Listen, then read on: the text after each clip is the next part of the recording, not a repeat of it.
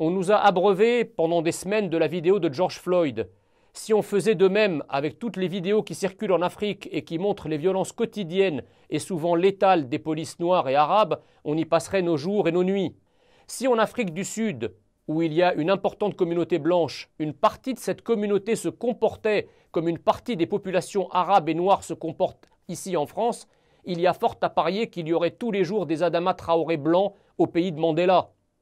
C'est pour cela que je voudrais ici rendre hommage au peuple français et à mon pays, la France. Face à la violence terroriste d'une religion et d'une seule, face à la surdélinquance et à la surcriminalité dans les populations maghrébines, subsahariennes et moyen-orientales, le peuple français garde son calme. De quelque côté que l'on se place, il faut le dire et le répéter, un noir a beaucoup moins de chances d'être victime de violences policières en France qu'en Afrique. Et ce qui est vrai des Noirs l'est également des Maghrébins.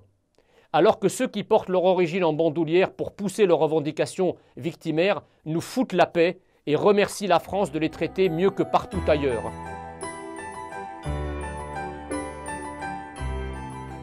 Bonjour à tous. Comme cela est maintenant unanimement reconnu, la France connaît un ensauvagement sans précédent.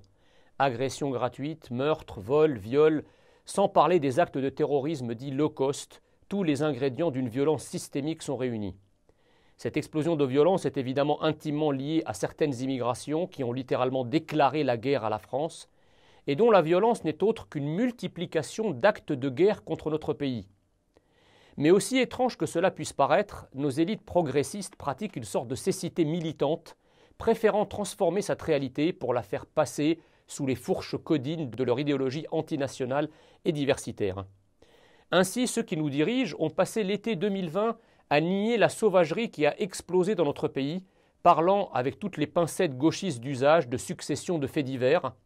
Et ils sont sortis comme un seul homme à l'occasion du tabassage par la police de Michel Zecler, coupable d'un refus d'obtempérer, d'outrage et de rébellion. Affamé par des mois de diète où les victimes étaient toujours des Français de souche ou assimilés, le progressisme s'est jeté comme un ogre sur ce fait divers qui a même été transformé en affaire d'État puisqu'Emmanuel Macron lui-même a saisi la balle au bond en exprimant sur Twitter sa honte devant ces images. Médias mainstream et autres people ont eu subitement mal à la France, là où ils furent aphones devant le meurtre de la gendarme Mélanie Lémé ou du chauffeur de bus Philippe Monguillot lynché à Bayonne par des racailles. Les victimes ne méritent compassion que si elles sont issues de la diversité, et bien entendu, si les coupables sont blancs. Inversez les couleurs et vous n'aurez qu'un silence assourdissant. Depuis l'affaire Zecler, on ne cesse de nous parler de racisme systémique qui serait celui de la police et de la gendarmerie.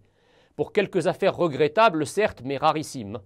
Pourtant, face à une violence généralisée et quotidienne de certaines immigrations, les mêmes nous invitent vertement au pas d'amalgame. Alors que pour le coup, il existe bien une violence systémique de l'immigration, ou du moins de certaines d'entre elles. Aucune institution n'est parfaite, et c'est vrai qu'il y a quelques racistes et quelques violents dans la police française. Mais il est toujours amusant d'entendre des immigrés maghrébins et africains monter en épingle des incidents rares et isolés, alors qu'on ne les entend jamais dénoncer la violence extrême des polices au Maghreb et en Afrique noire. Tout le monde sait qu'en Algérie et au Maroc, la police traite avec une très grande brutalité, par exemple les migrants subsahariens. En Afrique noire, les polices sont souvent ethnicisées, et malheur à celui qui n'appartient pas à la bonne ethnie et se retrouve entre leurs mains. On nous a abreuvés pendant des semaines de la vidéo de George Floyd. Si on faisait de même avec toutes les vidéos qui circulent en Afrique et qui montrent les violences quotidiennes et souvent létales des polices noires et arabes, on y passerait nos jours et nos nuits. Il n'est évidemment pas question de justifier la violence, de quelque côté qu'elle vienne. Mais expliquer n'est pas justifier. Ainsi, quand les membres de nos forces de l'ordre sont soumis de façon répétitive à des groupes hostiles qui les prennent à partie en leur tirant dessus au mortier d'artifice, à la chevrotine quand ce n'est pas au 9 mm, ils réagissent comme tous les êtres humains. Et leur réaction est d'autant plus exacerbée que les ordres qu'ils reçoivent de leur hiérarchie quand ils sont dans ces conditions est de rester le plus possible l'arme au pied.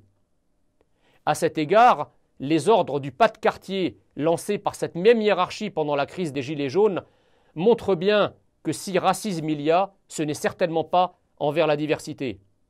La répression très dure à l'égard des Gilets jaunes, qui étaient tous ou presque blancs, a bien montré qu'il n'y avait pas de complaisance raciale en France bien au contraire.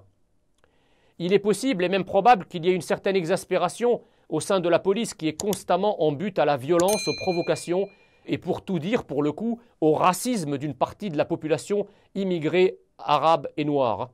Cette exaspération dégénère parfois en des actes répréhensibles, mais qui sont sans commune mesure avec la violence dont ces immigrations sont les auteurs. Si en Afrique du Sud, où il y a une importante communauté blanche, une partie de cette communauté se comportait comme une partie des populations arabes et noires se comportent ici en France, il y a fort à parier qu'il y aurait tous les jours des Adama Traoré blancs au pays de Mandela. C'est pour cela que je voudrais ici rendre hommage au peuple français et à mon pays, la France. Face à la violence terroriste d'une religion et d'une seule, face à la surdélinquance et à la surcriminalité dans les populations maghrébines, subsahariennes et moyen-orientales, le peuple français garde son calme. Nous subissons les sermons en racisme et en discrimination de ces populations, alors que dans leur pays d'origine, les vengeances, les représailles interethniques et interreligieuses sont constantes. Aucun pays au monde, oui je dis bien aucun pays au monde n'accepterait ne serait-ce que 1% de ce que certaines immigrations font subir au peuple français. Nos détracteurs nous répondent que les comparaisons avec les pays africains ou maghrébins ne sont pas de mise, que la France, disent-ils, c'est autre chose. Les mêmes qui, lorsqu'ils nous parlent de la France dans un autre contexte, nous disent que cette même France est un pays horrible, qui a le sang du colonialisme sur les mains. Mais quand il s'agit de revendications victimaires, évidemment, là, tous les coups sont permis. De quelque côté que l'on se place, il faut le dire et le répéter, un noir a beaucoup moins de chances d'être victime de violences policières en France qu'en Afrique. Et ce qui est vrai des Noirs l'est également des Maghrébins. Alors que ceux qui portent leur origine en bandoulière pour pousser leurs revendications victimaires nous foutent la paix et remercient la France de les traiter mieux que partout ailleurs. Et je précise d'ailleurs qu'en disant Noirs et Arabes, je n'essentialise pas les gens. Je ne fais que reprendre les propres termes des intéressés qui sont les premiers à essentialiser dès que la posture victimaire peut leur apporter quelque chose. Sans parler des grands canards progressistes tels Le Monde ou Libé qui, à longueur de colonne, multiplient les références aux Noirs et aux Arabes pour les décrire comme des victimes. Victimes des Blancs, bien sûr. Car s'ils sont victimes d'autres Noirs ou d'autres Arabes, ça compte plus. La France métropolitaine est une terre européenne, comme le Sénégal ou la Côte d'Ivoire sont des terres africaines. Aujourd'hui, une majorité de Français refusent de se voir submergés et mis en minorité par l'immigration maghrébine et subsaharienne de masse, ainsi que par l'islam, dont elle se rend bien compte que c'est loin d'être une religion de paix et de cohabitation harmonieuse. Et ce sentiment, non seulement je le comprends, mais je le soutiens. Ma famille a rejoint la France dans le cadre d'une immigration ultra choisie pour vivre en Europe, pas pour vivre dans un pays arabo-islamique comme la France est en train de devenir lentement mais sûrement. En disant cela, il n'est question ni de diviser, ni de dresser les gens les uns contre les autres comme le bel à longueur de journée les gauchos progressistes. C'est tout le contraire.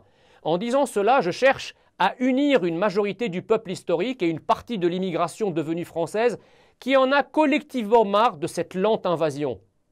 Vous avez des Français d'origine maghrébine et africaine qui ont fait un travail énorme et, soulignons-le, remarquable d'assimilation et qui eux aussi disent stop. Ils comprennent parfaitement que ce pays est en train, intimement, lentement, de basculer dans une confrontation interethnique, car aucun peuple ne peut subir sans se cabrer une invasion comme celle que subit le peuple français autochtone. On voit bien que le vivre ensemble est très problématique.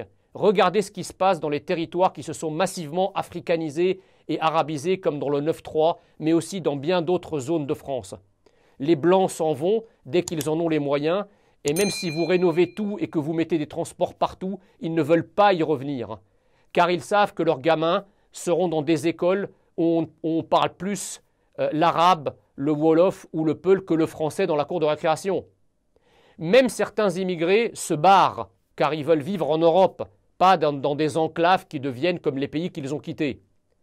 Alors on nous dit qu'il faut remettre de la mixité sociale, c'est-à-dire, pour parler vrai, faire revenir les Blancs dans ces quartiers. Mais cela n'arrivera tout simplement jamais. Quant à redistribuer ces populations dans les endroits où il y a peu ou pas de problème, c'est évidemment inadmissible. Multiplier les territoires de nos France n'est pas un bon service à rendre à notre pays. Le travail d'assimilation reste un objectif majeur, qui sera très long, mais on y arrivera si et seulement si on arrête sans délai l'immigration. Et là, peut-être que peu à peu, le peuple autochtone commencera à revenir dans certains quartiers. Dans notre esprit, nulle intention d'attiser une quelconque haine.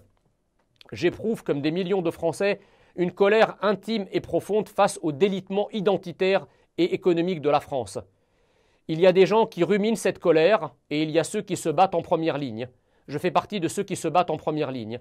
Et croyez-moi, cet engagement ne m'a rien apporté sur le plan matériel, bien au contraire. Et je ne vous parle même pas des manifestations de haine, de la racaille, comme j'en ai subi l'autre jour avec ma fille devant le centre de migrants d'Exelmans, à Paris. Nous ne combattons pas des individus. En clair, nous n'en voulons pas aux migrants qui viennent coloniser la France. Après tout, on peut comprendre que des gens qui vivent en Afrique, au Maghreb ou dans certains pays du Moyen-Orient se disent que tout vaut mieux que de rester dans des pays que les élites noires et arabes ont transformés en océans de misère, d'injustice, de corruption et de violence interethnique. Ceux contre lesquels nous sommes en colère, ce sont les complices des colonisateurs, c'est-à-dire nos dirigeants, et ce sont eux que l'on va dégager en 2022. Les Français d'origine immigrée sont ici chez eux. Les étrangers qui travaillent et qui vivent tranquillement peuvent rester. Mais ceux qui ne foutent rien ou qui foutent le bordel ou les deux, eux doivent dégager, tout comme les clandestins qui doivent tous repartir. Quant aux nouveaux arrivants, je veux les réduire de quelques centaines de milliers par an à quelques dizaines de milliers, regroupement familial, asile et immigration du travail compris. Je condamne le racisme, mais je crois que la façon la plus efficace et la plus durable de le combattre, c'est d'arrêter l'invasion. Un peuple qui voit sa terre envahie par des gens qui ne lui ressemblent pas, ne vivent pas, ne pensent pas, ne parlent pas comme lui, devient raciste. C'est comme ça partout et depuis le début de l'humanité. Et c'est encore pire quand pas mal de ces nouveaux venus tuent, volent, violent et terrorisent le peuple d'accueil. Vous rajoutez la crise économique et le chômage et vous avez un cocktail explosif. Quant au soi-disant privilège blanc, c'est une allégation inventée par les indigénistes noirs qui ressemble à s'y méprendre à celle de la domination juive des antisémites blancs. D'ailleurs, ceux qui nous parlent de privilège blanc sont souvent eux-mêmes des antisémites. Le privilège blanc, c'est l'excuse d'une partie des Noirs et autres racisés qui ne parviennent pas à progresser socialement dans la rude compétition qu'est la méritocratie républicaine et qui ont trouvé dans ce stratagème le moyen d'obtenir, sans aucun effort, quelques prébendes de la République. La seule manière d'éviter cette guerre civile qui vient est de pacifier notre société et d'abattre sur les ennemis de notre pays la main lourde de la République par une répression digne de ce nom et une justice dont la main ne tremble pas. C'est d'expulser immédiatement les nuisibles et les indésirables et d'arrêter toute nouvelle immigration. L'heure est grave, et si le gouvernement ne réagit pas fermement et massivement, nous allons tout droit vers une conflagration identitaire et sociale majeure. Merci de votre attention. Vive la France et vive le peuple français.